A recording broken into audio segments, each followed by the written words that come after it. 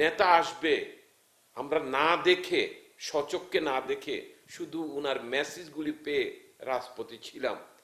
এখন আমাদের নেতা আমাদের মাঝে আসবে, এটা আমাদের জন্য অনেক অনেক শুকরিয়া আল্লাহ রাব্বুল আলামিনের কাছে। আমরা এজন্যই খুশি, আমরা আল্লাহ রাব্বুল আলামিনের কাছে শুকরিয়া আদায় করছি। আমাদের প্রিয় নেতা জনাব তারেক রহমান সাহেবের আগমনে শুধু বাংলাদেশ জাতীয়তাবাদী দলের নেতা কর্মীরা নয়, শুধু বাংলাদেশের আপামর জনসাধারণের মধ্যে একটা উৎসবের আমেজ আমরা লক্ষ্য করছি।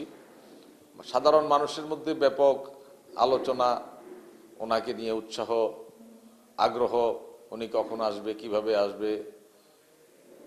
কিভাবে ওনার বরণের অনুষ্ঠানটা হবে সেই নিয়ে আলোচনা সোশ্যাল মিডিয়া সহ সারা বাংলাদেশের সকল মানুষের মাঝে এটা বাংলাদেশের প্রধান বিষয়। এখন গতকালকে রাত্রে থেকেই আমাদের দলীয় নেতাকর্মী ঢাকায় প্রবেশ করা শুরু করেছে।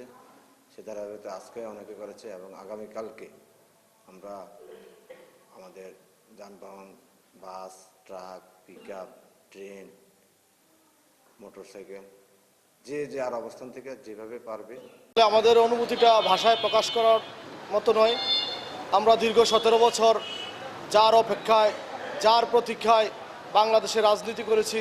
আমাদের প্রিয় নেতা জনাব তারেক রহমান আগামী 25শে ডিসেম্বর বাংলাদেশে প্রত্যাবর্তন করছেন।